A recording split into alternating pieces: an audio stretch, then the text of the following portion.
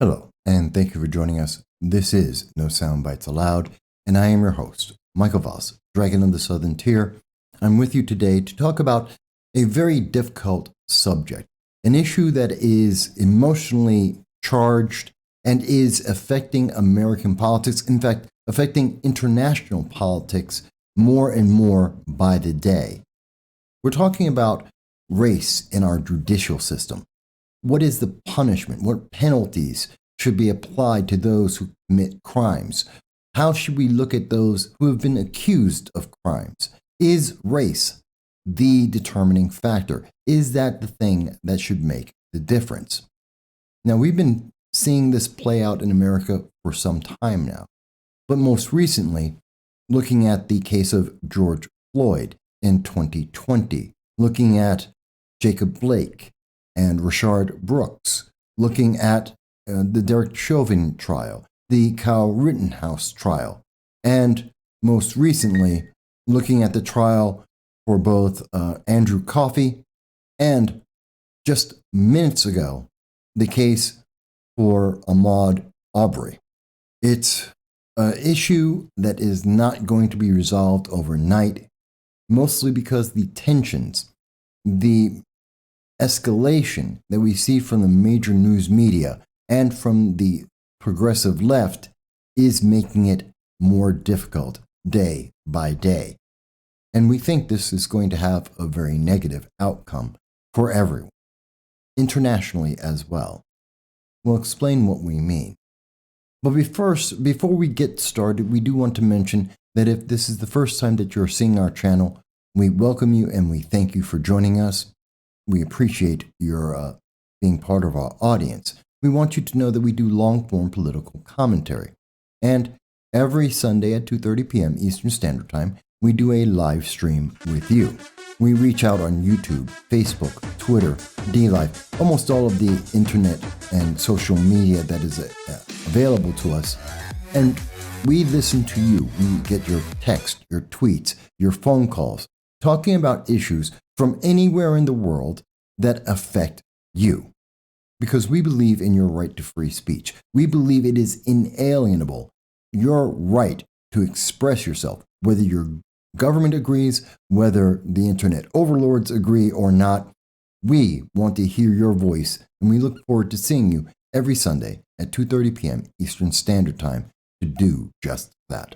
We hope you will join us this Sunday as well.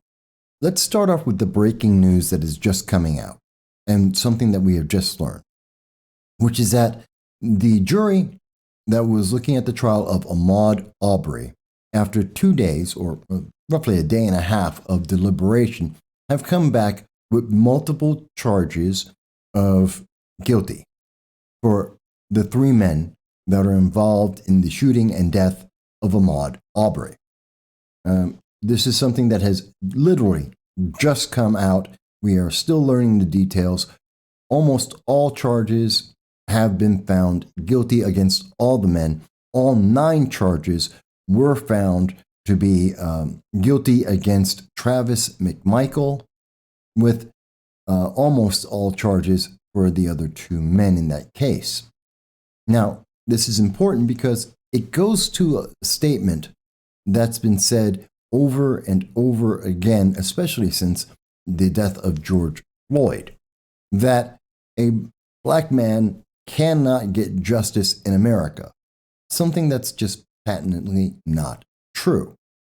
But if you listen to Black Lives Matter, if you listen to Antifa and many of the progressive left, they will tell you that we need bail reform. We need a judicial reform because it's impossible for black men to get justice. And yet we have many cases, like we see today, just now, with Ahmaud Arbery. We see cases like Andrew Coffey, where in fact, black men are found innocent. In fact, let's go back to Andrew Coffey, a convicted criminal, was found not guilty on all counts because he was innocent. He defended himself, much like Kyle Rittenhouse, who has been demonized for defending himself against an assault from criminals. individuals with long histories of violent crimes, and in the case of Joseph Rosenbaum, an individual who has been convicted of 5 sexual assaults against minors. Some of the very worst people possible. But if you listen to just the major mainstream media, you don't get that message. You get an entirely different message that tells us that black men, these specific black men, and in the case of Kyle Rittenhouse, all white men, were innocent, that they should be released without any question, which is difficult to understand because as we learn more about these trials, we learn more about these cases, that's not always true. Joseph Rosenbaum was an aggressor.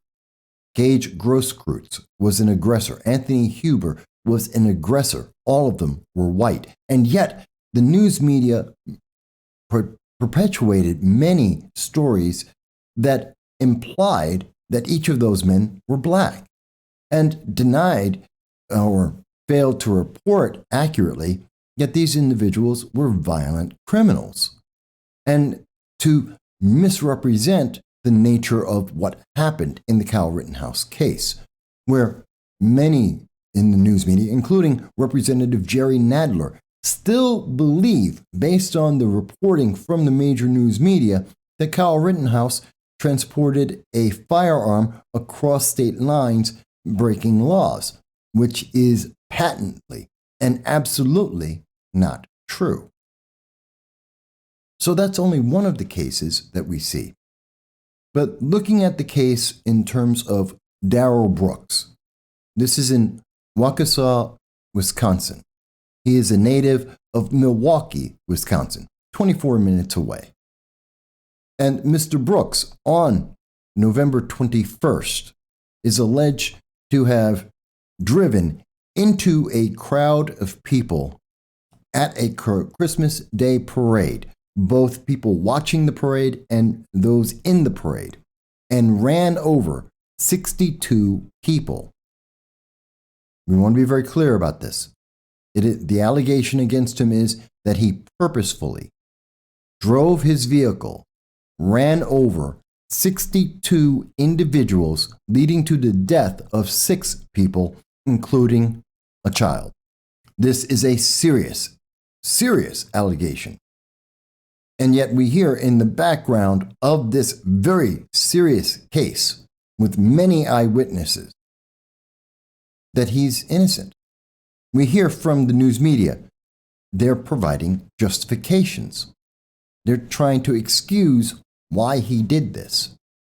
And some of the root causes of why this occurred go back to those very same progressives and liberal media and their insistence that we have to change our justice system because of the color of the skin of some of the perpetrators of some of these crimes and those alleged to have committed crimes. You may have seen this in Newsweek on November 22nd, the day after the incident. Waukesha Deadly Christmas Parade Crash. That's an interesting wording. A crash.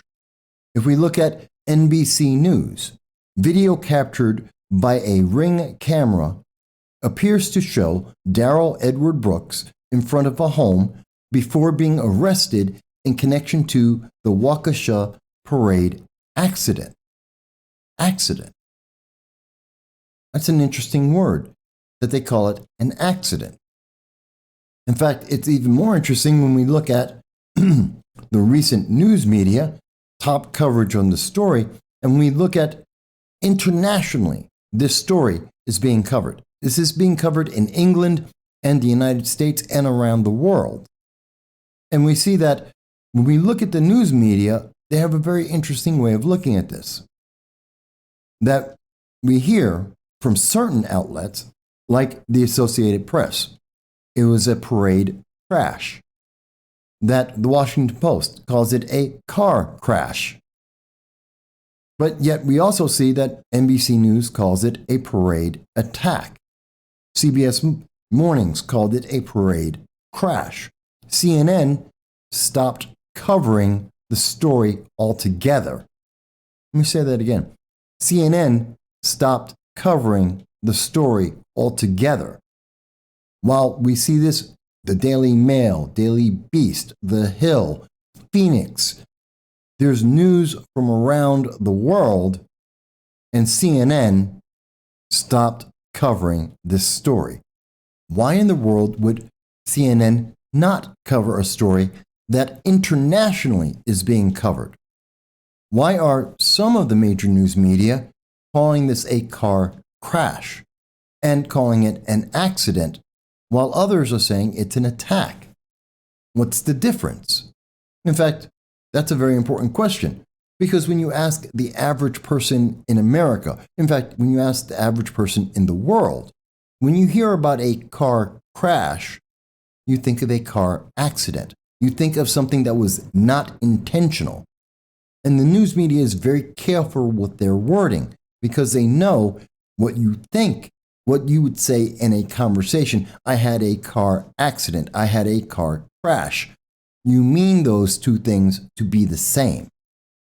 But they know that legally they are not the same. They know factually that's not always the same thing. Because the news media knows that the definition, what is the definition of a car crash? A car crash is a situation where a car literally collides into something. Typically, something is damaged as a result, such as another car or property.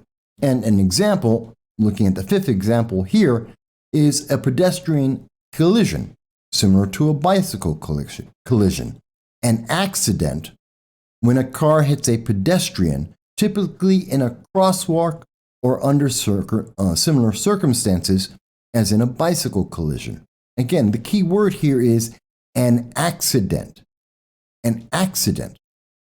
And the definition of an accident is a situation involving a car crash that is not intentional.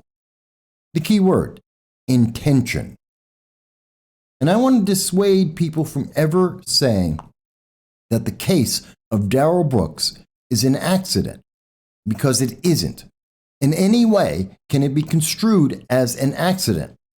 An accident, again, is an unforeseen and unplanned event or circumstance, an unfortunate event resulting especially from carelessness or ignorance.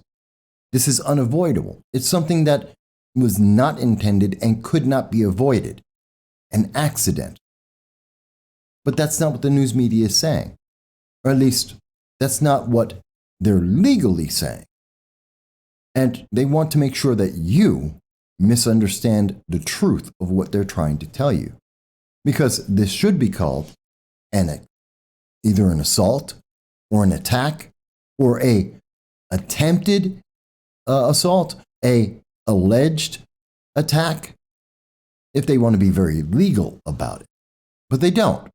They want to mislead you. They want you to believe that this was all incidental, to plant a seed in your mind of doubt. Because Darrell Brooks is black. And the people he ran over, many of them were white. And so he must be given the benefit of doubt, because we need racial justice in America. We need social justice in our legal system.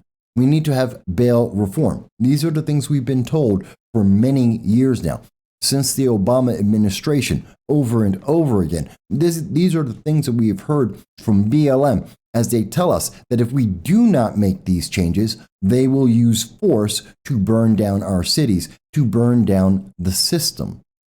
We've heard that just days ago being said to Eric Adams, the black mayor of New York, or incoming mayor of New York as of January 2022, as he was told by the BLM New York that they have to make changes to the justice system or else BLM will riot, that they will burn down the system.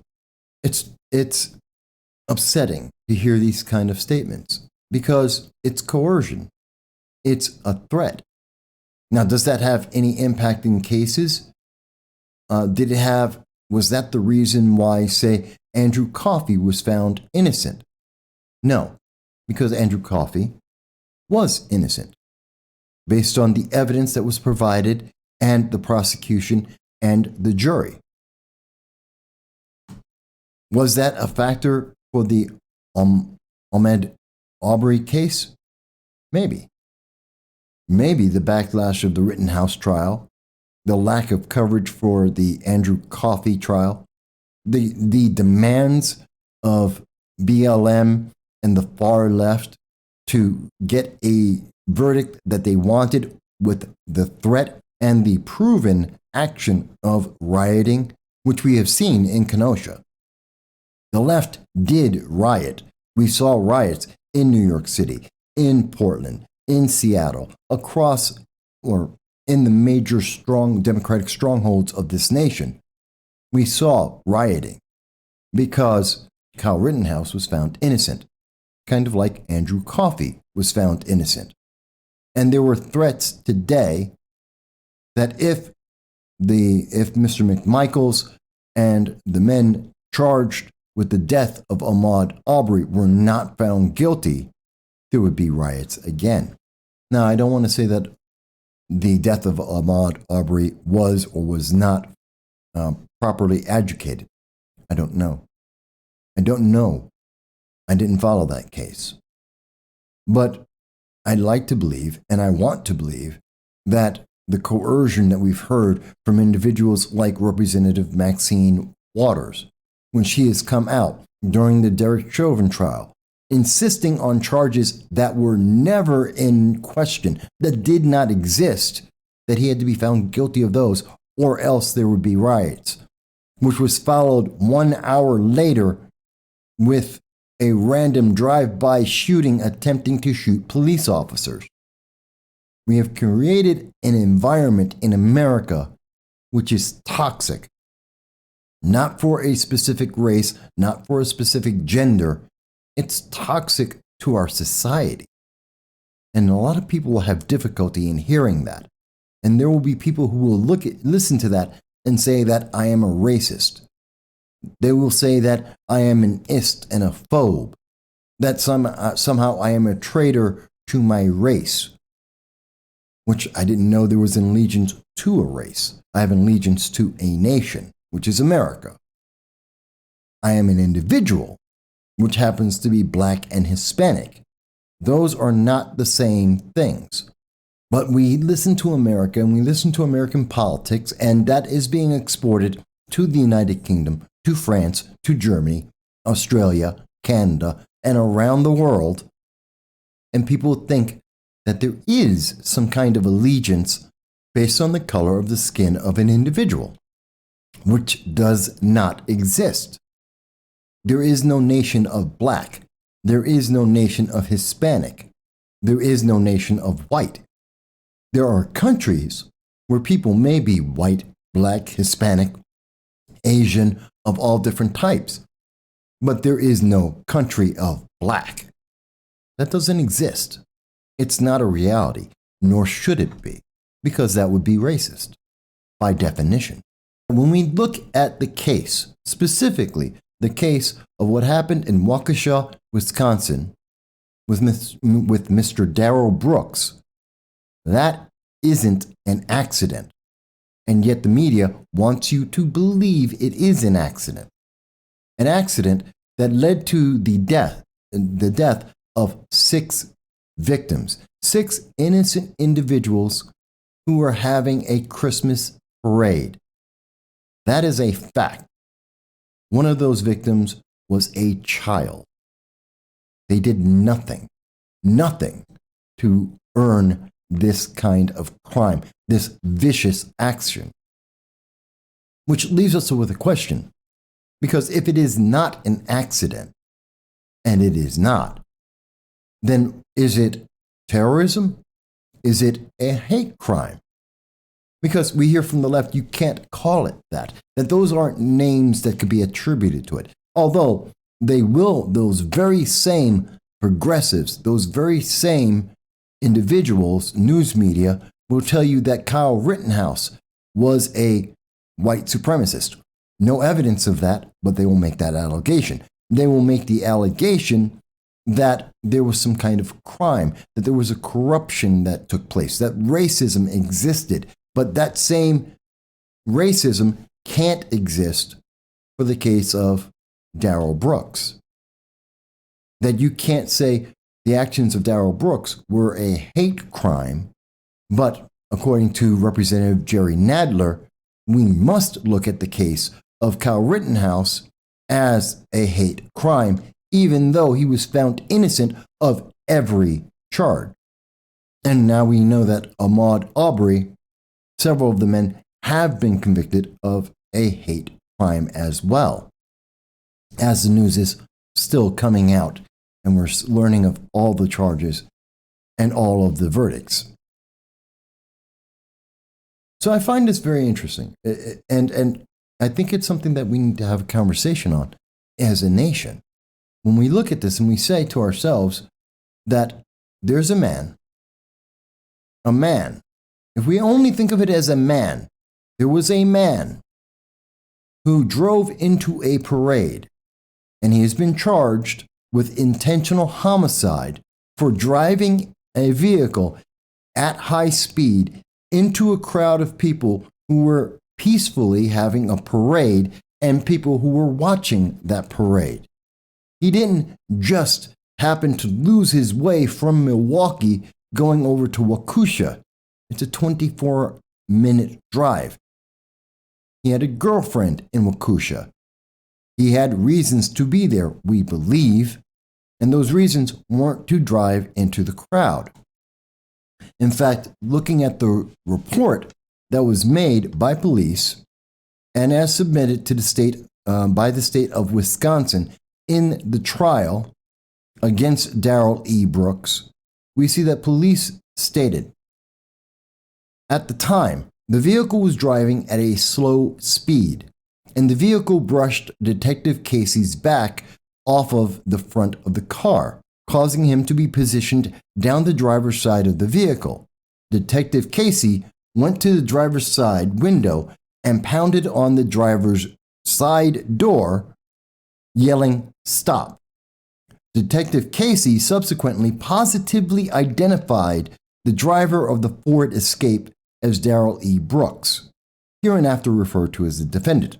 The defendant drove past Detective Casey and into the parade procession. Then there's Officer Buttrin, who also had comments. Officer Buttrin observed the driver, this is Darrell Brooks, looking straight ahead, directly at him, and it appeared that he had no emotion on his face. As the vehicle passed his location, Officer Buttrin continually yelled for the vehicle to stop. The vehicle continued traveling westbound on East Main Street and passed through the intersection of East Main Street and Buckley Street. Officer Buttrin concluded that if the driver was lost and attempting to get out of the parade, this would have been a reasonable location for him to stop and exit the parade route. The vehicle continued westbound and was honking his horn. As the vehicle got to approximately Main Street, it appeared to Officer Buttrin that the vehicle began to increase in speed. As the vehicle was traveling westbound, the vehicle began getting closer to parade spectators and almost struck a small juvenile who was standing in one of the parking stalls on the road as its speed was increasing. Doesn't matter what the race of the man was. It doesn't matter what the race of the victims were. This was intentional. He had a police officer standing next to him. The vehicle was moving so slow that an officer on foot was able to tap on the window of the driver to make him aware to stop, that he was going into traffic and endangering lives. And he made the turn anyway, to purposefully endanger lives. If he were lost, he had the opportunity to turn off of the parade route before he had struck any individual, to turn off of the parade route or to stop the vehicle before anyone was harmed. And instead of turning off of the route, instead of stopping the vehicle, instead of never turning into the parade in the first place, Darrell Brooks allegedly sped up his vehicle and turned into the crowd, zigzagging to avoid all vehicles and to strike as many individuals, as many people on foot as possible, hitting 62 individuals. This was never an accident. This wasn't a car accident. This wasn't a car crash. Get that nugget of doubt out of your mind. This was intentional.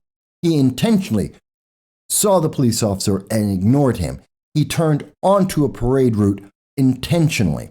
He intentionally passed another police officer and ignored his pleas to stop or the opportunity to turn off of the parade route. He picked up speed. He directed the vehicle towards individuals on foot, and then he struck them. And when we think about how clear that is, we have to ask the question, was this terrorism?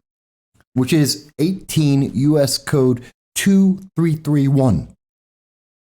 That is the term for terrorism in the United States. And the crime of domestic terrorism, which is item 5, is defined to involve acts dangerous to human life that are a violation of the criminal laws of the United States or of any state that appears to be intended to intimidate or coerce a civilian population, to influence the policy of a government by intimidation or coercion, to affect the conduct of a government by mass destruction, assassination, or kidnapping, and occurring primarily within the territorial jurisdiction of the United States. It is very possible that this is terrorism. Based on all evidence that we have at this time, looking at news media reports about Mr.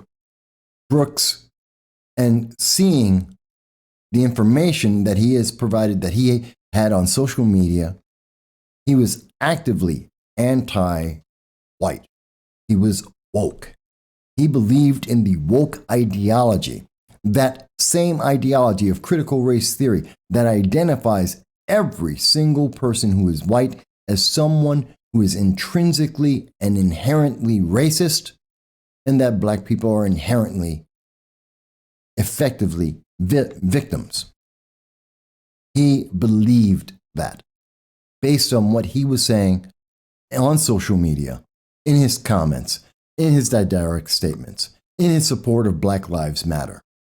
So the question is, could this be defined as terrorism? Yes. Mr. Brooks, an advocate and believer in critical race theory, in the applications of critical race theory, in the application of the BLM mantra, stating that if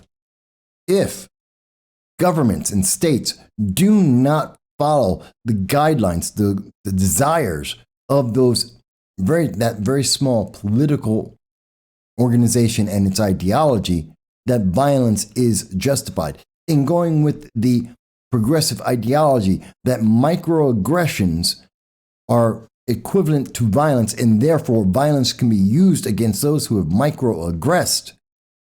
Yes, he follows that ideology, it would appear.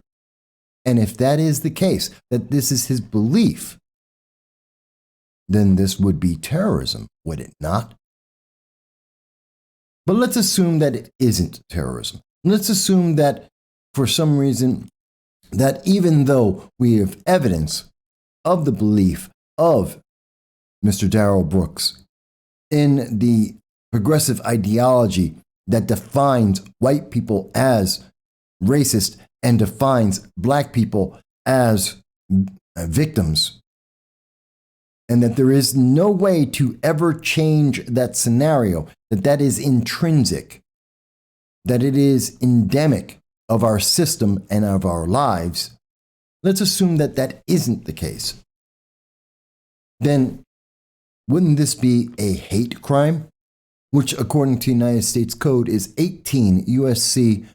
249, Hate Crime Acts, which is defined as offenses involving actual or perceived race, color, religion, or national origin.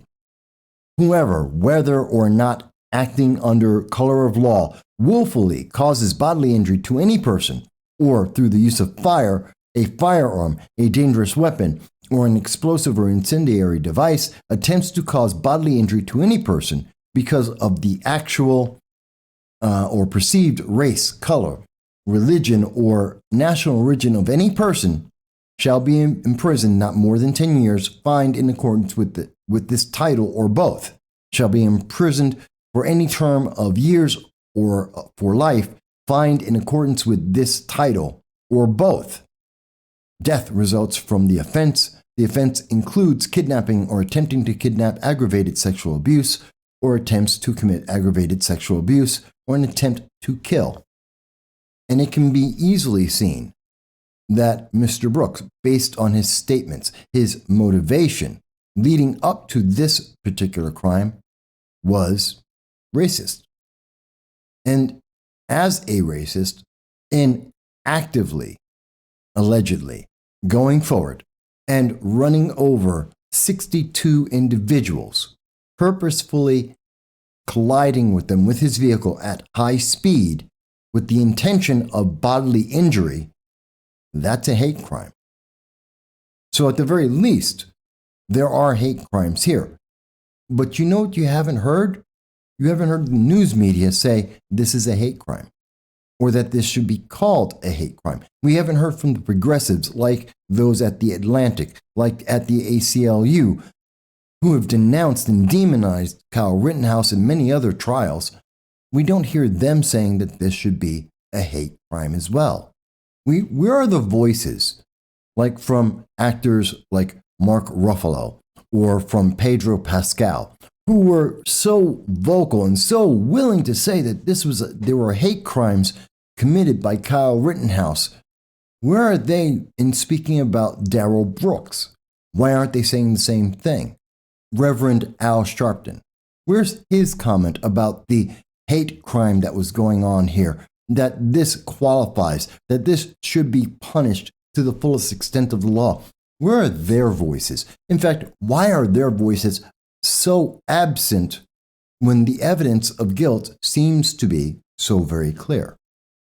Again, everyone is innocent until proven guilty, but when we have hundreds of witnesses, when we have documentation and that clearly delineates and denotes every step of the crime, there is a presumption that one can make. Not that the media is necessarily telling us all of those details, but we see the media doing other things as well. Let's take a look at what we see was being said by Snopes, a left-leaning fact-check organization. And they wanted to go through what is true and what is false about Darrell Brooks. It is true that Darrell Brooks is a repeat offender. He is a sexual predator. He was 24. He assaulted a 15-year-old girl. That is a fact. He is unregistered. He has warrants out for his arrest from the state of Nevada. These are facts. That is true. What we know is that Mr. Brooks is out on bail because he had several charges facing him: domestic abuse, battery, jumping bail, resisting an officer. In fact, he has been on bail multiple times throughout his many crimes, his many times in being placed in jail. We have seen that he has received bail over and over and over again, and he has violated the terms of his bail over and over again. Mr. Brooks, who was booked into Milwaukee County Jail on November 3rd and released on November 16th, paid a $1,000 cash bail with a long criminal history going back 22 years to 1999 when he was 24. More than half of his life has been spent violating the laws of this nation. He has counts that are violent, second-degree reckless endanger someone's life. He used a vehicle in November to attack someone, to run over a woman. Ran her over. And yet the news media wants to tell us that we shouldn't be upset about this, that this isn't a big story, that this shouldn't be national news. We have outlets in the news media that are telling us that this is okay. Not only the news media, not just BLM, but we're listening to members of the Democratic Party. And I want to be clear. The Democratic Party is saying that this was okay. It was Mary Lemansky who said, quote, "You reap what you sow." She said, quote, "It was probably just self-defense with hashtag Wisconsin, hashtag Kyle Rittenhouse." She added, I'm sad anyone dies. I just believe in karma." And this came around quick to the citizens of Wisconsin. The blood of Kyle Rittenhouse's victims is on the hands of Wisconsin citizens, even the children. That's the Democratic Party speak. These are members. This is what they believe. Now, they got caught, and Ms. Lewinsky was forced to resign because she got caught. But what if she just never said it? How many members in that same office, as part of the Chicago Democratic operations, never said a word? They agree, but unlike Mark Ruffalo, unlike Pedro Pascal, she doesn't have the support of Hollywood. Unlike, say, Kamala Harris, who's calling for the equity of justice in America, she doesn't have the same kind of political safety net on everything that she says, the same kind of protection from the news media. And we know this is something that is thought of in Democratic circles, in the progressive circles of the Democratic Party. There was an activist, Black Lives Matter activist, Vaughn Mays, came out and went out and said very clearly, and we quote, "It sounds like the revolution has started." Mentions hearing from a source who believes Darrell Brooks may have been motivated by the Kyle Rittenhouse verdict. So we're seeing that the far left is looking for justification. In fact, I want to go back to Snopes, that there was another crime. It's not just because of the Rittenhouse case. No. It's not because Kyle Rittenhouse was found innocent, and so was Andrew Coffey. We have to have even more justification. Darrell Brooks, as was being reported by CNN and MSNBC, said, no, he was going from another crime. He was escaping from the police. That's why he was traveling down a parade and running people over on purpose. Except that doesn't match the actual evidence of eyewitnesses, of police officers that have stated that he was moving slowly in the vehicle, that he almost stopped the vehicle, then he accelerated the vehicle, that he drove into the crowds, that he targeted people, and he tried to maximize the amount of damage that he could do. But we were told by the major news media, CNN stated, there are indications the Waukesha suspect was fleeing another incident when he drove into the parade route, according to multiple law enforcement sources familiar with the preliminary investigation findings, at 25 miles an hour. And he almost stopped, and he evaluated his situation. And he decided at that time, in leaving one crime, he decided to commit 62 additional crimes. NBC had a similar report. 4 senior law enforcement officials said that a person of interest who may have a significant criminal history was being questioned overnight, with investigators probing the possibility that the driver had been fleeing an earlier incident involving a knife fight. And let's assume that Darrell Brooks is that individual, which we don't know if it is or is not. But let's assume that Darrell Brooks is a violent criminal, a violent repeat criminal, and he got involved in a knife fight and fled the scene slowly. He wasn't being chased by police officers. He had many routes that were available to him. When he went onto the route of the parade, he had the opportunity to turn away. He instead accelerated and then he targeted human beings and ran them over.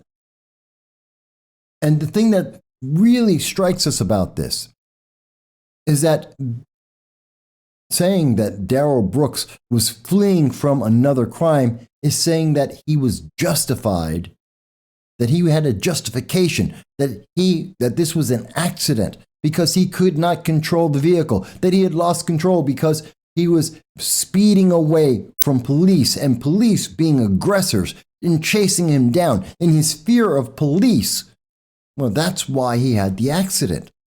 Whether or not there was a pre-existing crime, he made conscious decisions. This is not an excuse of the police made me do it. I lost control as I feared for my life. He had none of that. He made a conscious effort to hit 62 people, and we cannot deny that. And that is why it's a hate crime, because he specifically looked at women and children and decided, I need to hit them with my vehicle at high speed. Because we know that there is video evidence of Darrell Brooks going to the home of a native from Waukesha, Wisconsin, claiming that he was homeless, claiming that he had called an Uber, that he had no shoes on and he was wearing a t-shirt and he needed help. And he received, before the Uber arrived, facilitating his ability to escape from police, to escape from the crime. Before the Uber could come, the police came and got him. And we know that the news media is downplaying this. 20% of 108 news sources, that's how important this story is. 108 news sources, only 20% of them happen to be left-leaning, which is the majority of news in America. They don't want to tell you this story. They don't want you to know what he was doing, that he consciously was trying to avoid prosecution from the law, that he was evading arrest after actively killing individuals and trying to escape with an Uber, relying on the goodwill of an individual to take him in because he was homeless and standing out in the cold. There is evil in this world. There is. And some of it's based on race. Some of it's just based on people who are demented. I've heard people say, well, maybe Darrell Brooks was high, and he did it because he was high. That's not an excuse. That's not a justification. Some will say, well, he did it because of racism. And it's the inherent racism of America that resulted in this. That's a lie. That's a cop-out. Darrell Brooks, allegedly, decided to kill 62 people. He didn't succeed in that. He did kill 6. It was a conscious effort that he had multiple ways to not do that. And he chose to do it anyway. Don't minimize this. The news media can't minimize this. They're avoiding it. They're looking for any other story. They want to tell you every story except this story because it doesn't go into their narrative. BLM doesn't want to talk about this story other than to say, well, maybe he was justified. The police were the aggressors. That this is what we need in America because it starts a revolution, as we heard from Vaughn L. Mays. If we allow this to happen in America, we are in a very bad place. We are going down a very bad path. I believe this is a hate crime. I believe that this is domestic terrorism. You may disagree. You may think that we have overreached, that this was merely the murder or an attempted murder of 62 Americans. We'd like to hear what you have to say about this. What are your thoughts?